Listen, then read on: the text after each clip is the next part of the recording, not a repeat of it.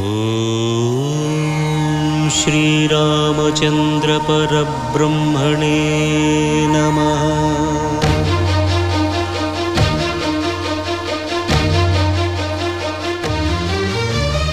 అదిగో అదిగో భద్రగిరి,